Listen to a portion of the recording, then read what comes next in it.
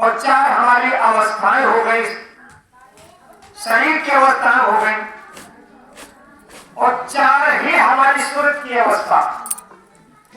पहली अवस्था जागृति की, दूसरी अवस्था सुषुप्ति की, और तीसरी अवस्था है तुरिया की, और चौथी अवस्था है तुरियातीत की।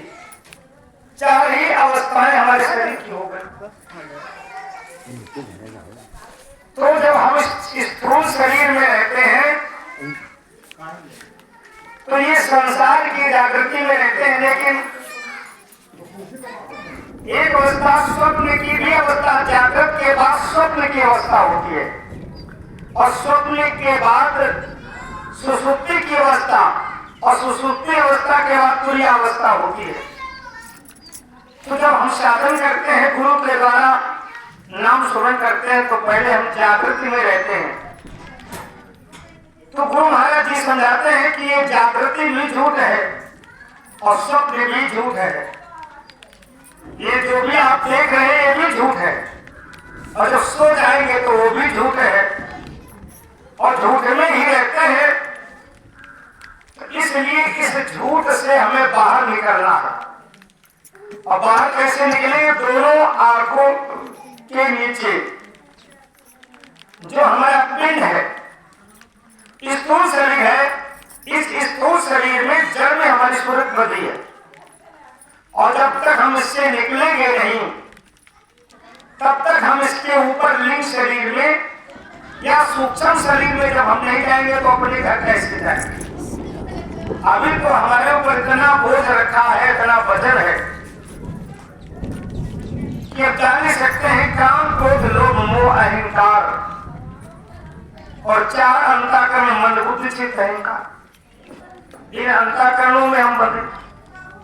तो जब तक जड़ रूपी शरीर में, ये शरीर जड़ है, शरीर एक घर है, और इस घर में शरीर में बांध दिए गए, जबकि बंधे नहीं है लेकिन बांध दिए गए, या किसी ने नहीं बांधा है तो हम स्वयं बंधे हैं इसमें।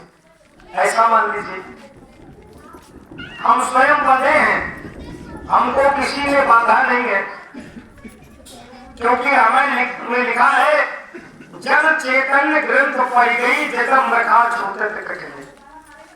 कहा गांठ पड़ गई है, गांठ है नहीं। कैसी पड़ गई है? रात्रि में जा रही रसनी पड़ी है, लेकिन जब अंधेरा अधिक है तो ऐसा मालूम पड़ता है कि सांप है, लेकिन सांप है नहीं, सांप नहीं है, रसनी, सांप दिखाई पड़ता। ये हमारे अंतर मन की भ्रांति है। रेगिस्तान में हिरण जाता है, दौड़ता है पानी के लिए, वहां बालू चमकती है, पानी दिखाई नहीं देता, वो समझ रहा है पानी, लेकिन वहां पानी है नहीं, वहां बालू की रेती चमकती है। भ्रांति हो रही है हिरण को, ऐसे हमें भी भ्रांति हो रही है संसार में। तीसरी बात, सीप के अंदर जब बूंद गिरती है उसकी, तो मोती की तरह दिखाई पड़ती है, मोती नगीना चमक रहा है, लेकिन उसमें उसकी बूंद है, मोती है नहीं।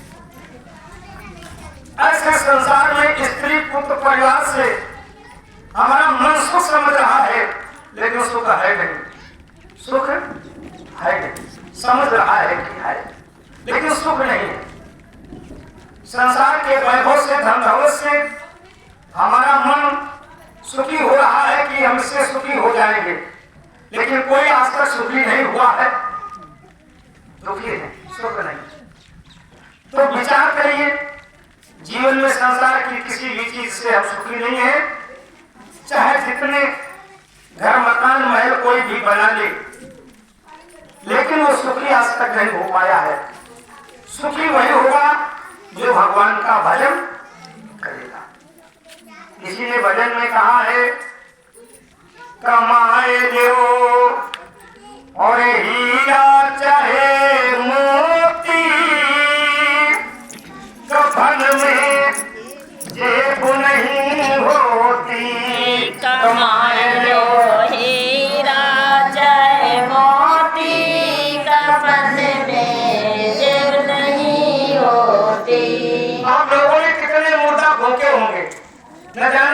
कितने मोटा गंगा घाट में फूंक दिए, बताओ किसी के कफन में जेब लगी? कफन में जेब नहीं कि कोई सामान डाल दोगे। कमाए लो हीरा चाहे मोती, कफन में जेब नहीं होती। कमाए